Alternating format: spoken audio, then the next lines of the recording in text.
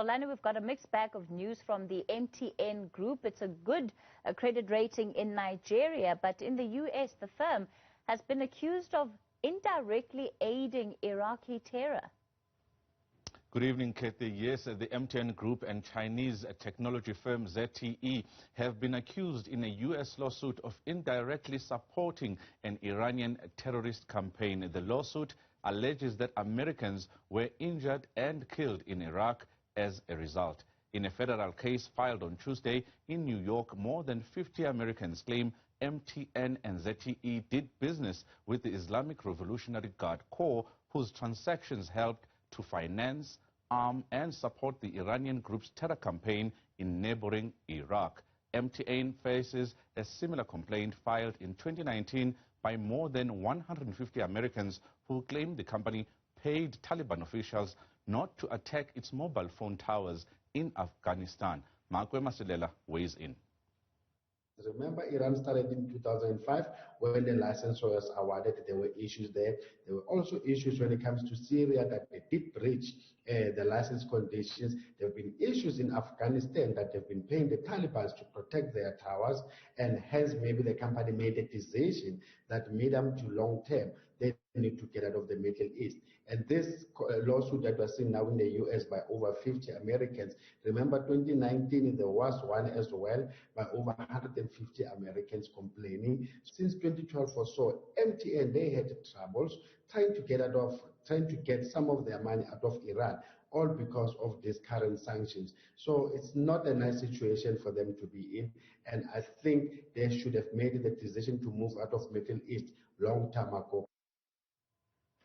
South Africa's bid to procure more renewable energy, this is to supplement the ailing coal infrastructure of Eskom. That's, of course, hit a snag, particularly where the car power ships are concerned. Yes, indeed. Turkey's power ship was awarded a 1,200 megawatt tender designed to help ease crippling electricity outages in the country. 3 of its floating natural gas power stations were selected among preferred bidders in March, but since then, the tender has been challenged in court, and environmental activists have expressed opposition to the power ship projects. The department says it blocked the request after due consideration of all relevant information presented as part of the environmental impact assessment process. Powership says it will appeal the department's decision as it believes the refusal was based on misinformation over environmental issues. All right, let's wrap it up with Pepco. It's seen a growth in its store base by 14.4% in the 6 months to end March.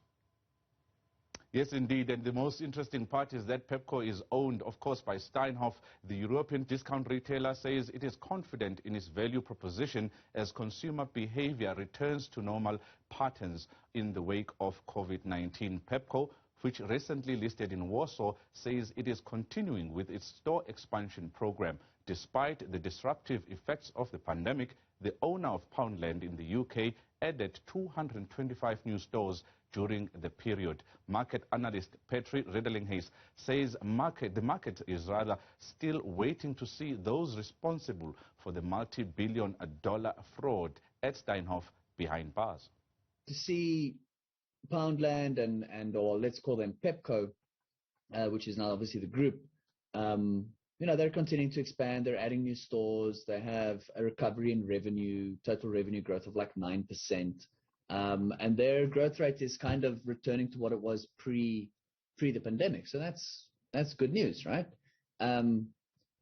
So, I mean, that's fantastic. I think the question is still, why is nobody in jail? There is a recovery that's taking place, right? More so, obviously, in Europe, as is seen by Pepco. For a number of reasons, life managed to return back to normal a little bit sooner than it has here, mostly because vaccine rollout has, been underway there for some time. And they get the opportunity, I guess, to recover a bit faster than we do because of, domestic issues that we have. Well, that's it from Business at Prime this evening. Let's take a look at how the JSE traded today.